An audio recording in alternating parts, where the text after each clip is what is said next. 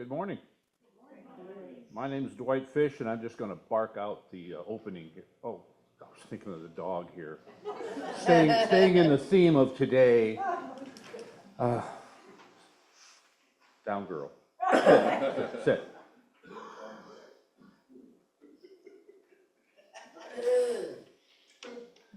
My name is Dwight Fish, and I'm a member of the Board of Trustees of this congregation, and welcome to you all. The Unitarian Universalist Fellowship of Elkhart is a welcoming community encouraging religious freedom, nurturing individual spiritual and ethical growth, celebrating diversity, and promoting a just and sustainable world. Oh, that sounds so good. If you would like to learn more about this fellowship, please look at our website at uufe.org and join us after the service for our coffee hour. For the listening, well, that's through the art gallery hallway, and coffee, snacks are served. For the listening enjoyment of all, we ask that at this time you please turn off all cell phones. Also, if you need hearing support, see Carl in the back. He'll give you a hearing device. So thank you for being here.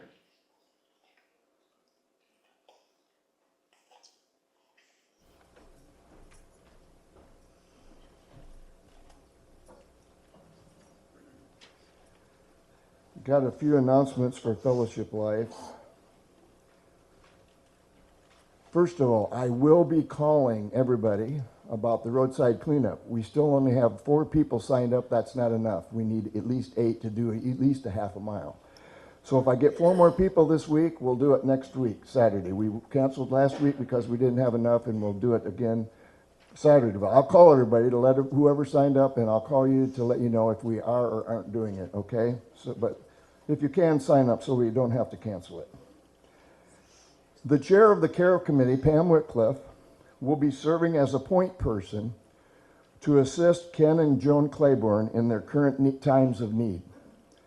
If you have any desire to help them or know how to help them, how you can help them, please contact Pam first so that we don't have a bunch of people stepping on each other's toes. So that'll be a kind of a clearinghouse for that. There'll be sign-up sheets for the things he did with building and grounds and other things, daily things that he does every year at the church that we can sign up for. But that information will be coming. But keep that in mind, however you'd like to help. Just contact Pam and we'll clear through her, okay? And starting today, be sure to start checking out the Social Justice Committee. I just put on a sheet, and things are highlighted in yellow that are current or need to be acted on quickly. To call Mike Braun about the budget being passed. I don't know, it's going to his desk. It hasn't gone to him yet, right? The budget for the state. But anyway, stuff like that. So get in the habit starting this week to check that table every week for stuff. What did you say, Jim? The budget's done. It is done already? Yeah, he hasn't signed it yet. So. Yeah, he hasn't signed it. Okay, but so if we could make a bunch of calls Monday, that would work. But that information is out there. That's my point, okay? Gotta call Ron. Yes, and his phone number's there. Everything's out there. All you got to do is look at it and pick up the sheet, take it with you, okay? You will be receiving mail tomorrow. It'll go in the mail tomorrow about our annual meeting coming up May 18th at noon, which is next week. No, in May, 3rd Sunday in May. So be looking for that. That's going out this week, and we have to get you notice 10 days, I think, or something ahead of time. So that's on its way as we speak. We ring the gong 3 times, once for those who came before us and made a place for us. Once for those who are here now. And once for those who will come after and build on the dream.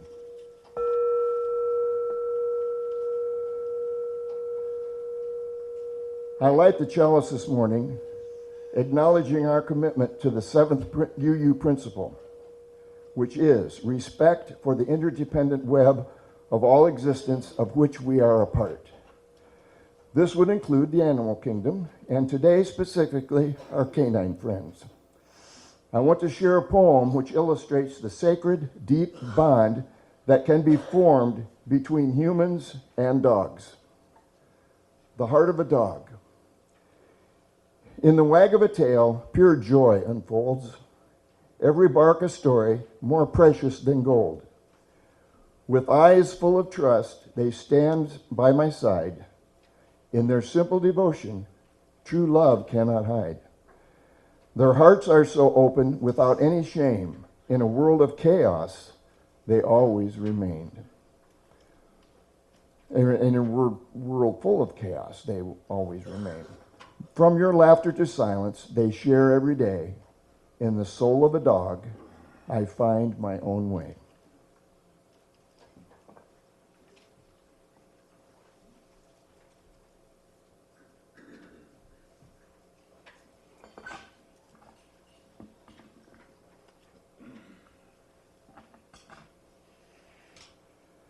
Would you read with me now the covenant as printed in your order of service? Love is the spirit of this church, and service is its law, to dwell together in peace, to seek the truth in love, and to help one another. This is our covenant. Okay, kids, there's a mistake in the order of service, so you stay right where you're at. Don't leave yet. We're going to have the first hymn, and then the time for all ages will be a video about a real dog. And then, before you leave, those of you sitting on this side come around this way, and those of you on this side come across here, and you can pet Goldie, yeah, on your way out, okay? She could go with you during class, but Christina would have to be with her, and so Christina's got to be in here, so the dog's got to stay here. So, but you can at least pet her on your way out, okay? So do that when you're dismissed, okay? But if right now, if you're willing and able, let's stand and sing hymn number 21, and I've written a 5th verse for Goldie, so be looking at the screen when you get to the 5th verse of that hymn, okay? Okay, Marvin.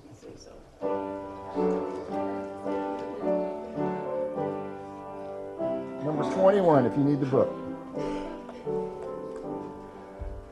For the beauty of the earth, for the splendor of the skies, for the love which from our birth over and around us lies, source of all to thee we raise this our hymn of grateful praise. For the joy of conquering life, for the heart and mind's delight, for the mystic harmony, linking sense to sound and sight, source of all to thee we raise this our hymn of grateful praise. For the wonder of each hour of the day and of the night, hill and vale and tree and flower, sun and moon and stars of light, source of all to thee we raise this our hymn of grateful praise. For the joy of human care, sister, brother, parent, child, for the kinship we all share, for all gentle thoughts and mild, source of all to thee we raise this our hymn of grateful praise. For the beauty of their beauty, for the splendor of her eyes, for the love from her little heart, which never, never dies, source of all to thee we raise this our hymn of grateful praise. Thank you so much. I don't know if the music was bothering or not. That was okay. Good.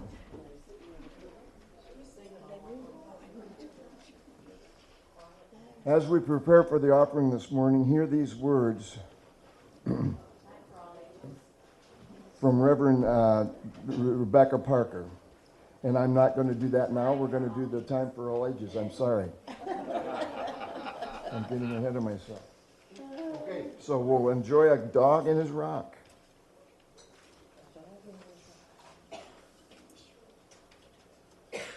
I love this rock. It's my best rock.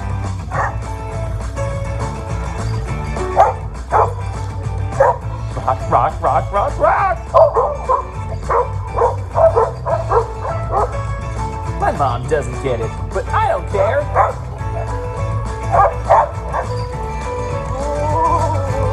No, it's dirty. Bath time.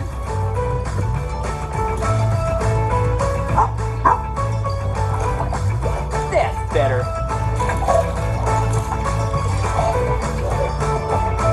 Just me and my rock, together forever. I got a skateboard. Let's try it with this. Let's try it with this. What is this? Nope.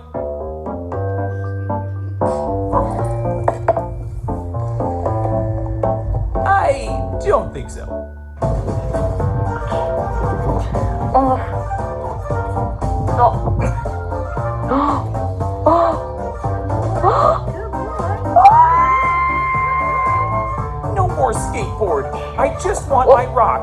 You guys, he hated the skateboard so much that he got scared and he broke his rock.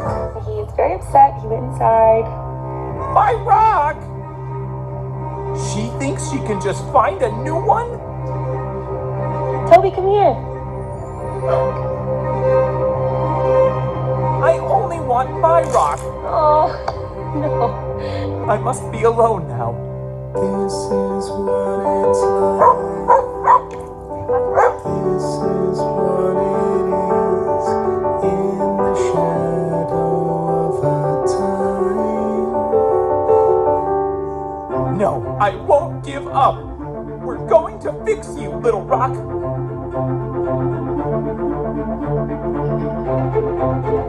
I don't know if this is gonna work, buddy. It has to work. It has to.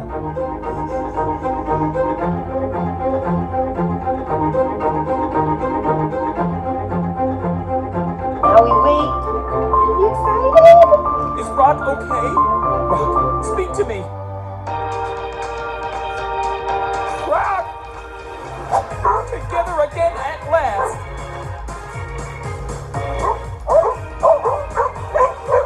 You're my rock, Rock.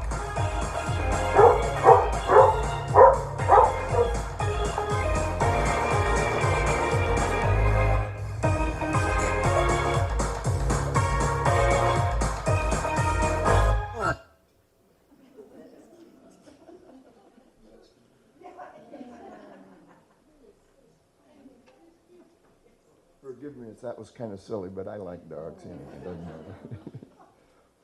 Okay, kids, come on up. Come this way if you're over here, and come over here, and you can pet Goldie on your way back to your class, okay? She's got really soft hair on her head, all over.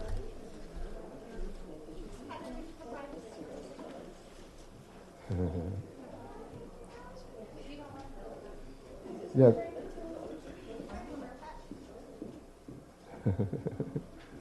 Okay, thank you.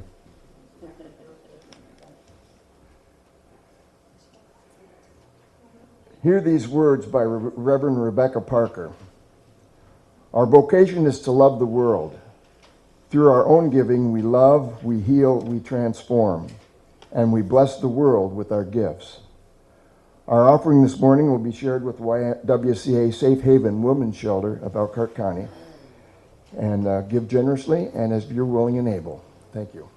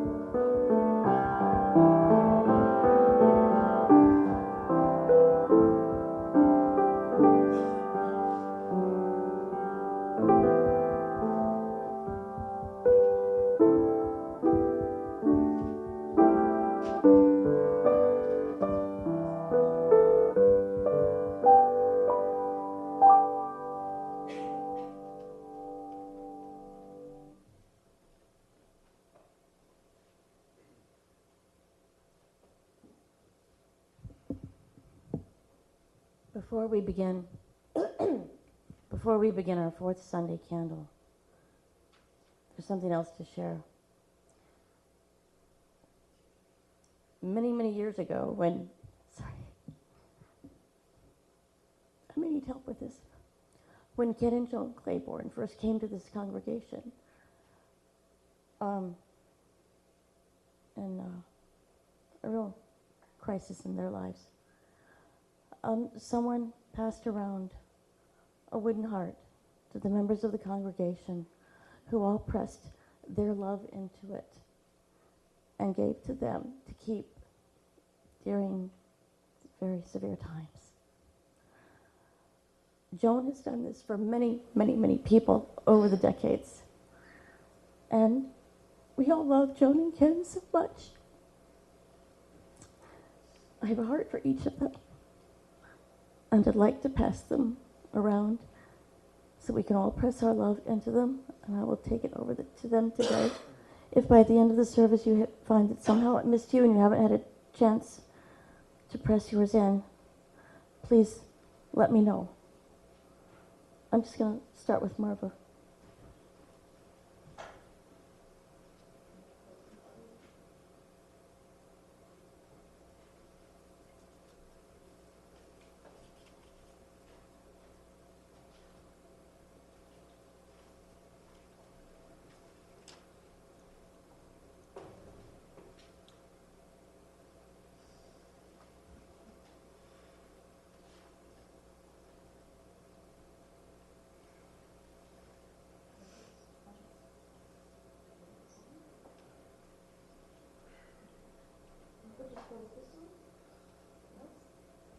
Which one?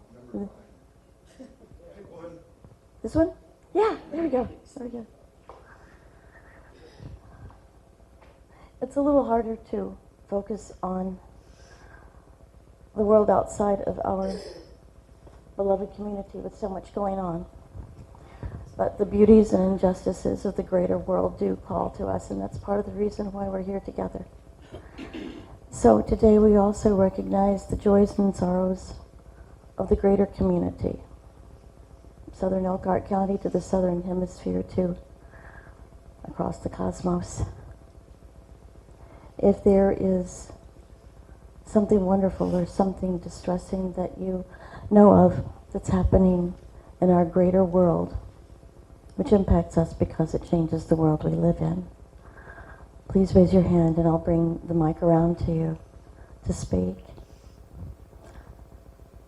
I'll start with the death of Pope Francis. Sorry, I'm sure a lot of us are thinking about that. Even those of us who aren't or have never been Catholic probably recognize him as a humane, humble, brave, and amazing religious leader, a very important figure in the world who's made a big difference.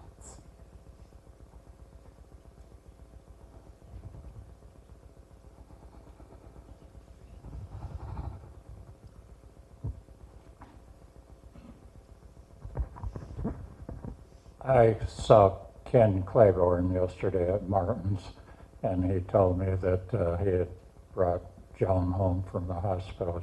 She had been there 5 days, and it's not looking good for her, so please keep her in your mind.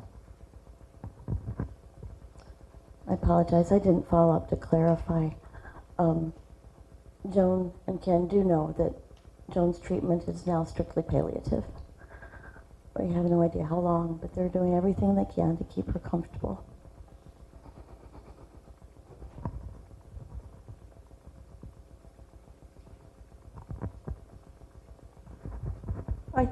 I think for all of us, as our, I'm sorry, but our administration is changing our world from NPR to everything that touches our lives. We need to do all we can to make sure that we can keep that hope alive that things will get better or different than what it is being now.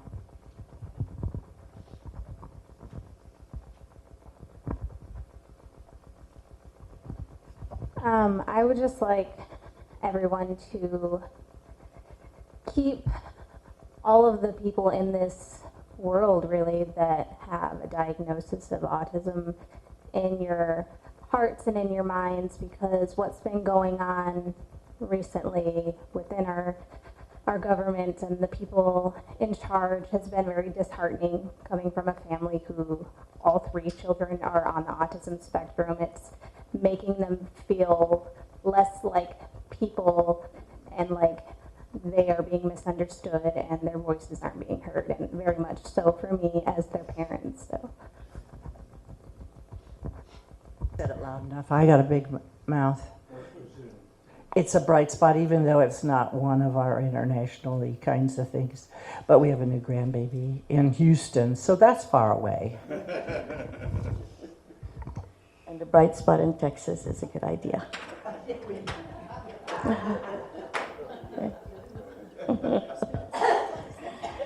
I was born there, so I can say that. May light and warmth come to all those who need and bring it. And may we ever grow more mindful of our world and our care of it. Amen.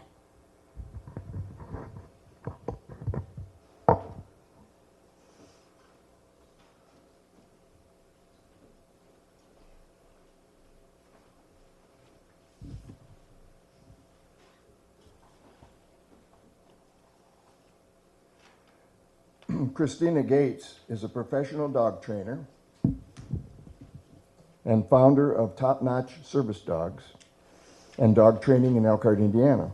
With years of experience in obedience, puppy training, therapy, and service dog development, Christina is passionate about helping families build strong, lifelong relationships with their dogs. In addition to running her training business, Christina also founded the Gates Service Dog Foundation, a nonprofit organization committed to placing well-trained service and therapy dogs with veterans, first responders, and members of the community in need. Through community education, fundraising events, and hands-on programs, Christina is on a mission to make a meaningful impact on mental health through canine companionship. I'll let her share about her new grandbaby. She's a new grandmother this last 10 days. And Christina, you're very welcome to be here this morning. We're looking forward to your message. There'll be time for questions afterwards, so if she doesn't catch something you want to ask about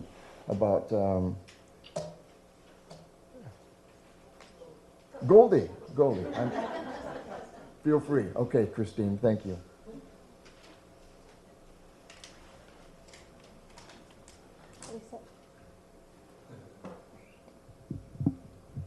Oh, this is not my profession. Let's see.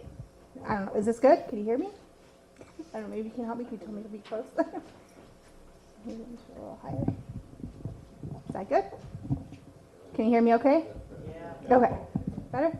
All right. I'll try to stay right here. All right. So I am Christina, and like you said, I'm from Top Notch Service Dogs and Dog Training, and we also have the Gates Service Dog Foundation here in Elkhart.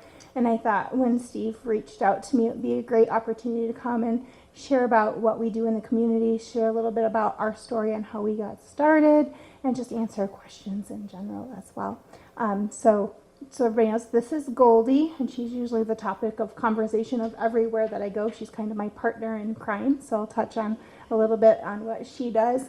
And the more nervous I get, the closer Goldie gets to me. So speaking in front of people is not my most favorite thing to do, but I think God's worked in my heart a lot to be able to allow me to be able to do this. So it'll make sense a little bit more as I get going. But yes, I do have a brand new grandbaby. So Steve, thank you. I know our communication got lost there for a little bit, but thank you for being patient with me as he was flown from Memorial to Riley in a helicopter. So this little man has done a lot in 1 week of life already. And so we're still praying for my daughter's health. She's a type 1 diabetic and she has POTS and she's having some health problems with that right now.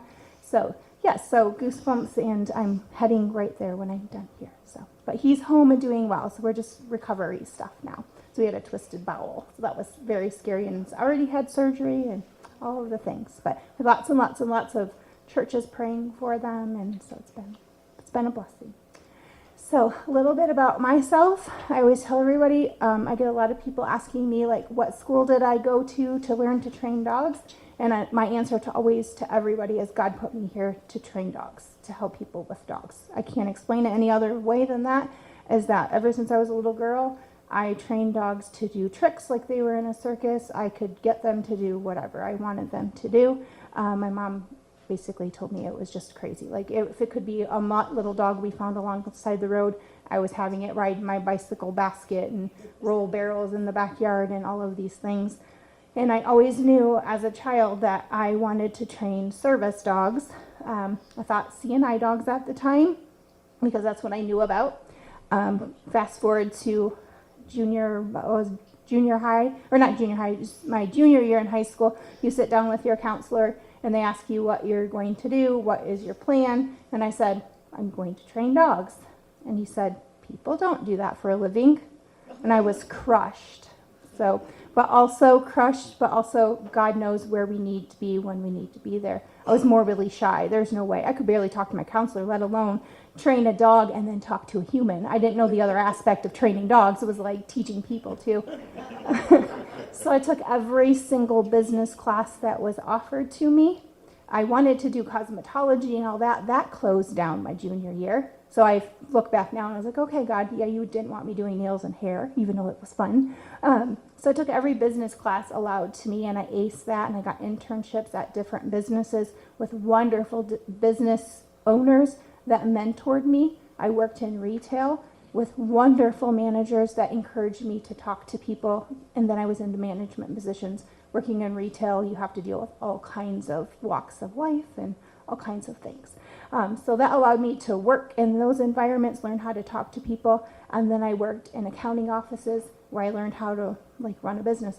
So fast forward to now, but I kept training dogs that whole time, like family dogs, my dogs, all of those things. And I would always just pray about the day that I would train dogs. And I would always be like, oh, please let me do this. So anyway, life happened. I had my daughter, and at 12, she was diagnosed with type 1 diabetes. Super scary time in our life. And I just thought there's got to be more in this life than her poking her fingers and checking her blood sugar and all of these things that we were looking at. And I started researching service dogs for people with type 1 diabetes. I didn't even know it was a thing. I found a book, I read the book, I trained our Wheaton Terrier how to alert to her low blood sugars. And I thought, if I can train him, I could probably train a really good bred dog to do this. So I reached out to the author and I asked her, how can I learn more from you? Yes, I have this book, but I need more. So I couldn't go there because I had to work, and plus I had all the financial obligations of taking care of my daughter with all her medical needs. And the author of the book said, she was from West Virginia, if you get 10 people, I will come to Elkhart, Indiana, and you don't have to pay, and I will pay for the building as long as you pay for the food that weekend. We had 15 trainers locally, and I just went on this mass craziness of sending letters and emails to any trainer within 500 miles of here. So we have trained diabetic alert dogs and placed 3 diabetic alert dogs with individuals that have type 1 diabetes at no charge to them. That was just out of the goodness of my heart and wanting to help. So that's kind of where that started. I'm just on a mission to do good, and I do have to charge. So, but now, I'm sure I'm leaving out things, but now I own my own business, Top Notch Service Dogs and Dog Training. We've helped veterans locally. I don't have a big marketing campaign. My business is running by word of mouth and God's grace. So I don't have, a lot of people are like, I didn't even know you were here. This is our 5th year of business on paper, that you make it legal. But now not only am I training dogs and helping people, I know you're not supposed to barter with God, but I was like, if you let me do this, I promise I will empower other young women to be dog trainers. I promise, and I have kept my promise. I volunteer, this is my 13th year of the Elkhart County Dog Club, so I help first-year kids, 3rd through 5th grade, I think this year. I always have first-year kids when we get them ready for fair and they share. I help at the maximum security prison in Coldwater, Michigan with the prisoners there. We have a dog program there. So they take rescue dogs and train them, and then they're available for adoption. I was scared going in there. I was like, God, I need your grace and covering in here because it's all men and it's scary to walk through there. But I've built a rapport with them now, and they're very respectful of me, and they do an amazing job. We've given back lots of dogs in the area. We've helped families with their dogs. Obviously, there's a charge, but my biggest thing is I own my own business. I rent a building, but I have a wonderful team of young women that work for me, and they're all like girls that I helped in dog club and have grown up, and now they work for me. Some of those women have left working for me, and I said, you are doing amazing things. I need you to go into the world. And now they are running their own dog training businesses. So I have kept my end of my bargain that you're not supposed to do. So we train a little bit of what we do. We train therapy dogs for local organizations. We have dogs at Notre Dame. We have dogs at Jimtown, Concord. We have two dogs now at the Elkhart Juvenile Detention Center. And we have dogs in courtrooms, 911 centers, and all of that in our little itty bitty like world that we do. Goldie was actually, I purchased her. She was our first poodle that we purchased in 2018. She's 7 now, because I wanted to try poodles. We did lots of stuff with labs, and I went and I drove to this breeder, and I called the lady I was working with, and I was like, I'm coming back. I'm pretty sure this is a puppy mill. Pretty sure. I was like out in the middle of nowhere. She said, well, you just drove 2 hours. Go in and look. And I was like, oh, geez. Okay, so I went in, and it was not a puppy mill. They had just bought an old farmhouse, and I just got scared. And so met Goldie, and then I found out after I picked her, we have the same birthday. So that's pretty cool. We celebrate together. And so when she got to be about a year old, we realized that she had severe allergies to food, severe allergies. She's allergic to fresh cut grass. She can't have chicken. She can't have certain treats. She has to have her teeth cleaned every year. So ethically, I couldn't train her and sell her to a school district. So she is on staff with Top Notch Service Dogs. She lives at our training facility, but she's also done grooming shows and all kinds of things. She goes to the, I always forget what it's called. It's like Elkhart Academy, I think it is. It's where the kids that go there have a little bit of trouble in school. She goes there a lot, and they help like train her, if you will, and learn about dogs. And they come and they volunteer at the training facility. So we train dogs for people that have type 1 diabetes, autism assistance dogs. We train dogs for veterans, PTSD. And then my big, huge heart is our facility therapy dogs. When I trained my first one, I thought service dogs are amazing because they're helping one person, and they still are. But I trained my first facility therapy dog, and I saw what that dog was doing in a school for 400 or 500 people. And it's amazing to watch them go in. You'll have kids that are having a meltdown that teachers will say, oh my gosh, it's like half their day, they're over here. And the dog will just lay down next to them, and all of a sudden they like stop what they're doing and they look and they're petting the dog, and then we hear little giggles, and now we're moving on from those meltdowns and we're able to go back to class. Goldie helps in lots of special education classes, and just sitting next to a student that's struggling, we can get them to go from like not wanting to participate to saying, if you do one math problem, Goldie would really like to see what your answer is. And all of a sudden, they've done 3 math problems because now we get to pet Goldie, and just her sitting next to them. And I've had like our service dogs where I've had my most favorite, I think, service dogs to help is young women that are struggling, maybe like their junior year of high school. This happened a lot after COVID. We helped 2 individuals that were locked up in their bedrooms, and they wouldn't come out for mental illness, and they had other stuff going on. And we were able to pair them with dogs, and then I put them in, we call it a co-train program, where they're required to come and work with their dogs with us. We start with parents, and then we are like, and they know because we give them a workout, you're going to work with your parents during these times, and then by the time we get to here, now mom or dad can come and sit in the parking lot, and you're coming inside, and now then we get to a point where they have to drive to us. And both of those young ladies are now at college. One has graduated college, traveled on an airplane, on on a train because they've got their service dogs next to them, but their focus from the crazy world that they feel like they can't live in now becomes to this dog that's helping them. So those are some of our really cool stories. And then we have the nonprofit, the Gates Service Dog Foundation. My husband came to me one day and he was like,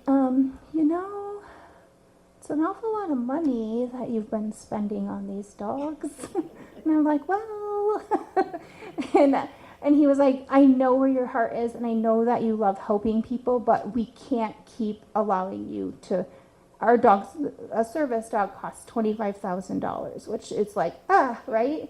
But I've got a building I rent and staff that we pay. It's a 2-year training process. So really by the time that we're done training our service dogs, my accountant says, what are you doing?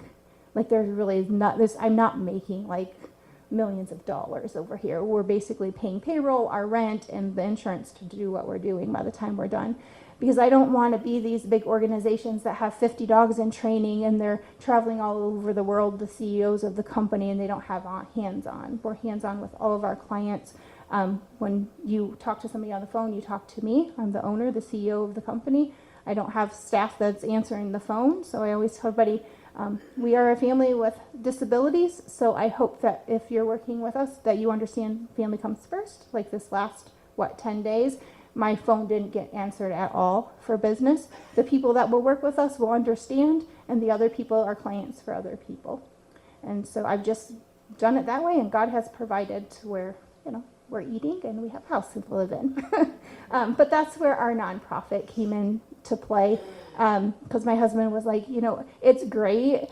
He goes, but maybe more people will want to help you. So I started the Gates Service Dog Foundation, and so we've done a few fundraisers and people have rallied around us, not to the level of where we need to be for me to keep on with my mission, but that's been in place for 2 years now.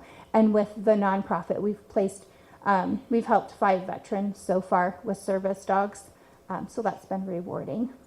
Yeah, so I don't know, do you guys have questions for me? I mean, I can go on and on and on all day, but. Is 5 going to be good? Carl? Okay. So if you've got any questions for, I have one. Yeah. Do you have something that stands out in your experience that was just a highlight of really meaningful, transforming experience for either you, the dog, or your client? For the individual, I think we help lots of people with lots of stuff. Like I help lots of kids with with autism. So we help those kids. That's always rewarding to watch them go from not wanting to participate to participate.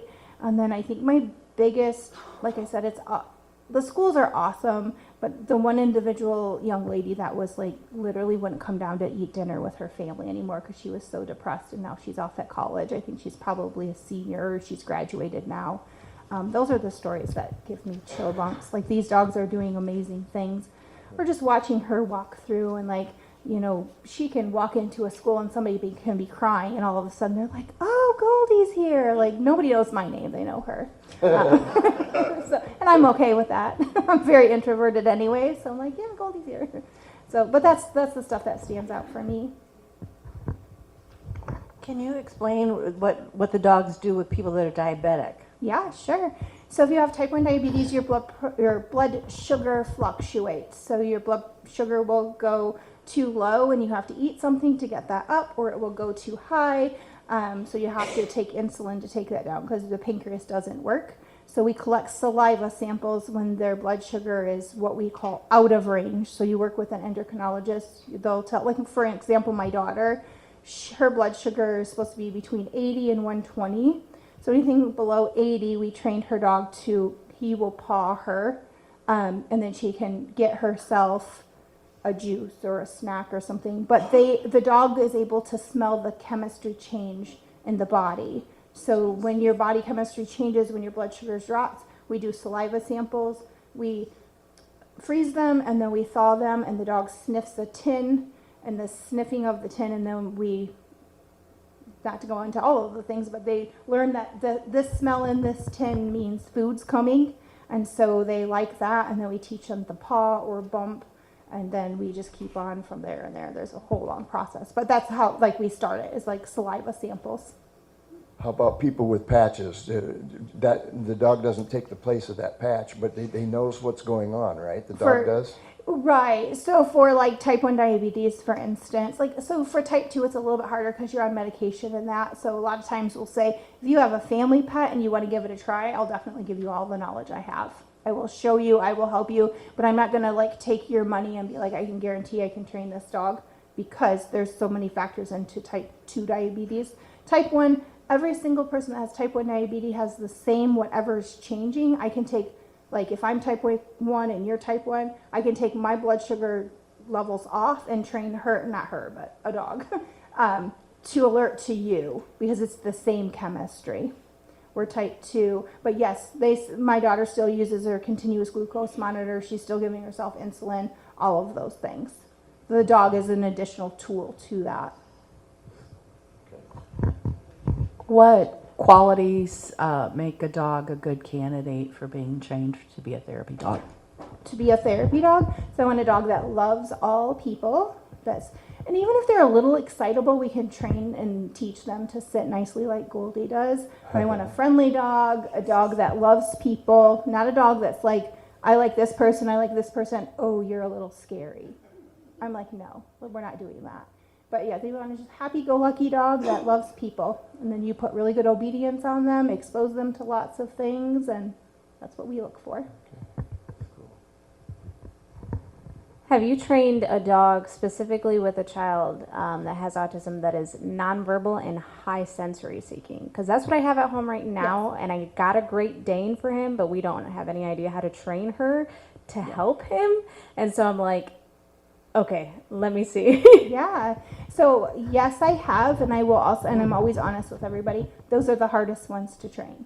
Because when you have the child, does the child really want the service dog, or does the parent want the service dog? Not that that's your situation, but a lot of times that's one we run into, because the kid's pushing them away, kicking them away, because that's just what they do. Lay on top of them. So a lot of the stuff we're doing with those is the same concept of all of the other service dogs: really good obedience, good exposure, and then what do we want this dog to do for this child? And then with the children we work with autism, we make sure that those dogs are exposed to all of the things that go on with that. So it's like a big, long process. But yes, I have children that are non-speaking, that all kinds of sensory stuff, that have other medical things. But in doing that, I know those parents are the ones that struggle the most, because you have the child, and I think I heard, was it over here that said 3? Yeah, so you have 3, and then now you have daily training of this service dog. Not that it's not doable, but I will tell you, those parents are the ones that are like, oh my gosh, I just now paid for a glorified dog for myself that's not really helping my kids because I don't have time to continue the training. Right. But it's doable, you know. And I have other families that, like mom and dad, or, you know, had more time to put to the training, where like a lot of times it's like the families I worked with, like dad's gone for 12 hours a day, all of those things, and then mom's like, oh, I have this dog and I have this child and plus other children, so it's a little hard, but not that you can't do it. What dogs are the best dogs for training? Because you usually see dogs that are medium to large, rather than little dogs like a Yorkie or something. Sure. So for what we do, Goldie, I must not be so nervous today. She's laying down. She's never laid down before. So for our program, and for the service dog industry across the world. So we'll talk about service dog, and then I'll tell you about therapy dog. So service dogs, they have they call them the Fab 4. So a Labrador Retriever, and there's reasons behind this: Golden Retrievers, Standard Poodles, and rough-coated Collies, which I have no idea why, because I can't. And it could have been like, that's like an old thing where like the breeders nowadays, all of the Collies I've met are like mentally not stable. So that's what, you just don't really see them, you know, and they can't handle the stress of service work. So a lab is the ability behind it. I love people. You can yell at me, you can kick me, you can do all of the things, right? And I'm still going to come back and be like, what's going on, right? Like, let's be friends. A Golden Retriever is a little bit more sensitive, where they're loving. We like those for therapy work a lot. But like, for instance, my daughter with type 1 diabetes, when her blood sugar would drop, we trained a lab for her because she would get mad and she would push him away. So he would keep on coming back and keep on coming back. And then the standard poodles, I just like, they're a nice, even across the board dog. A lot of people will be like, we have standard poodles. I don't want a poodle. I think people look at them as like the Westminster dogs with the big puffy like balls and the shave and all of that. But they're actually like a very versatile dog, very versatile. I mean, they were originally bred to be duck hunters. So, but people just don't realize they're very sporting and they love people and yeah. So, but those are, and then we are true to those three in our organization. I have another standard poodle. Goldie's not like her. So I had got her to like do this stuff with Goldie because she was getting older, and Goldie was actually miserable every single time. Like I take pictures of her and I look and she had her ears down. And she's like, "Ugh." And so now I co-own her. She lives with a lady that runs a dementia. She's like a dementia house with patients, and B goes there every single day. So we'll actually be getting, we just bred her, so we'll be getting puppies from her. But we're big on that. I do have like, sometimes we'll use doodles, but only from a specific breeder that I work with. And that's only because I couldn't get my standard poodles because the breeders I were working with, they quit breeding just because of, after COVID, it just got crazy. And like people were selling puppies like crazy, and then all of a sudden now shelters are full again. So I have B, and we'll be doing 1 litter out of her, and we'll see what we're going to do after that. But those are our choices in our program. Now for therapy dogs, I work with I have lots of dogs in the school districts in the area. They're using mixed breed dogs. We have a dog at a 911 center that they brought to us. She's a mixed breed dog. So if their temperament is there, but if you're going into service work and you're calling me, I'm not going to go tell you to go get a dog from the shelter because I tried that in the beginning. And the wash rate, meaning those dogs didn't make it through my program, there's a reason it's top-notch service dogs. We had 2 out of probably the 50 dogs because I'm so picky. Will other organizations place them? Absolutely, because they want your dollars and they want, but if I see stuff, I'm like, no, and I know that it hurts your heart, but we're starting over for your dog.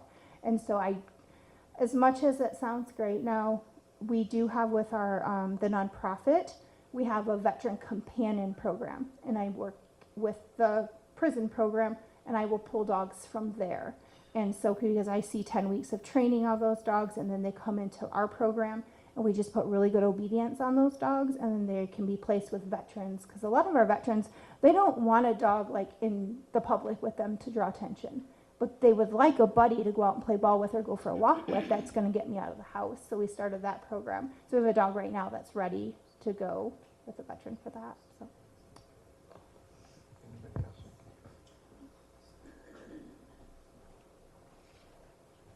Goldie? I see you, Sherry. 3 things. I think it's fantastic that you work with a group of inmates to train the dogs. That's just amazing. That should be a whole movie all by itself. Thank you. And then 2 questions. Do you train search and rescue dogs? And could you please define the difference between a service dog and a therapy dog? Yes.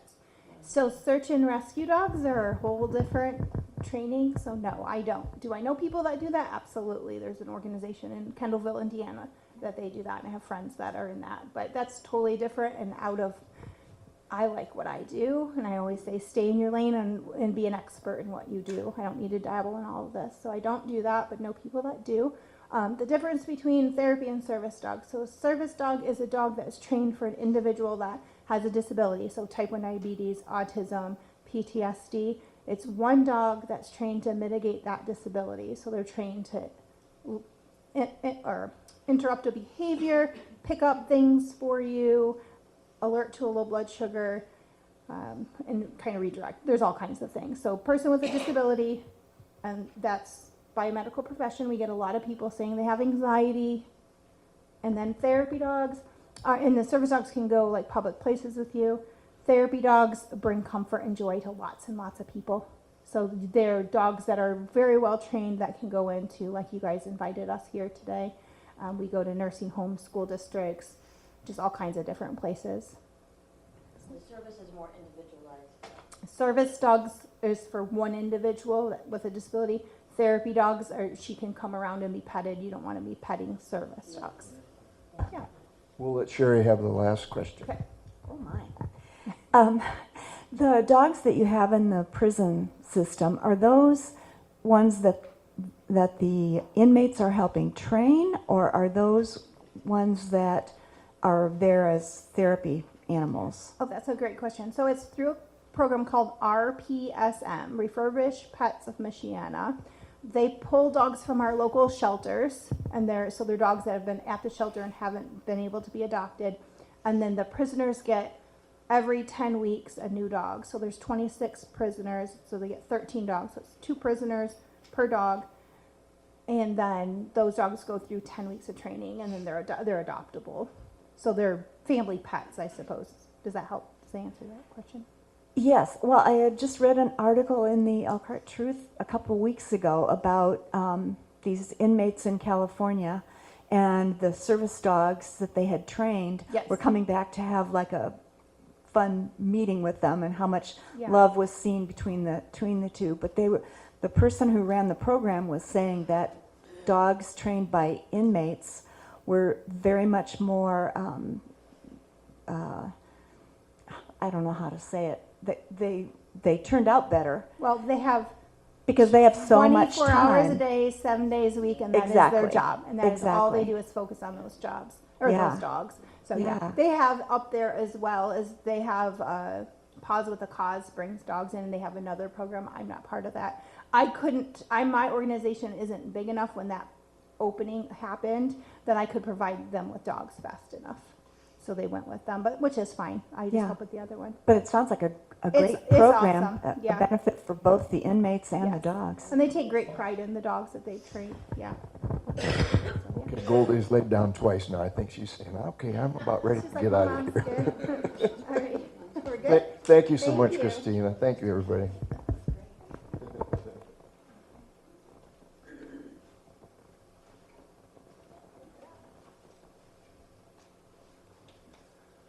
This last hymn that I picked,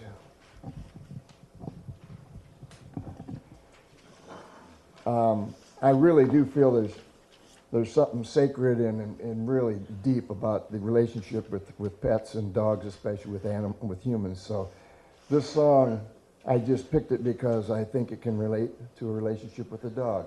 Marva's going to play it through once for us, and then we'll sing it twice, since it's a short, just one verse song. But if you're willing and able, let's stand and sing, How Can Anyone?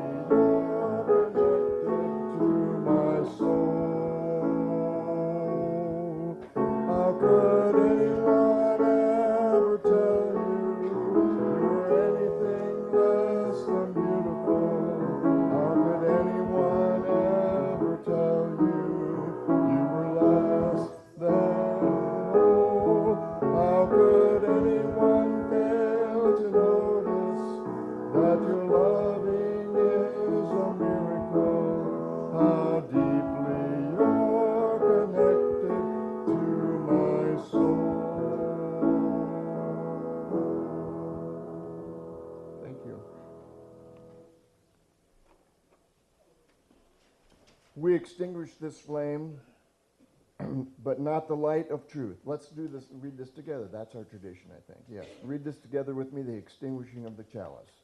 We extinguish this flame, but not the light of our of commitment.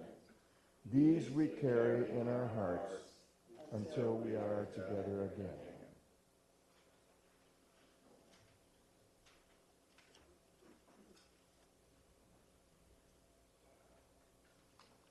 I'm going to read the benediction, and you're willing to leave if you'd like to. Some people have mentioned they'd like to leave after the benediction, but if you'd like to stay and listen to Marva's postlude, that's fine. I dismiss you with these words from Laurelyn Bellamy. If here you have found freedom, take it with you into the world. If you have found comfort, go and share it with others. If you have dreamed dreams, help one another that they may come true. If you have known love, give some back to a bruised and hurting world. Go in peace.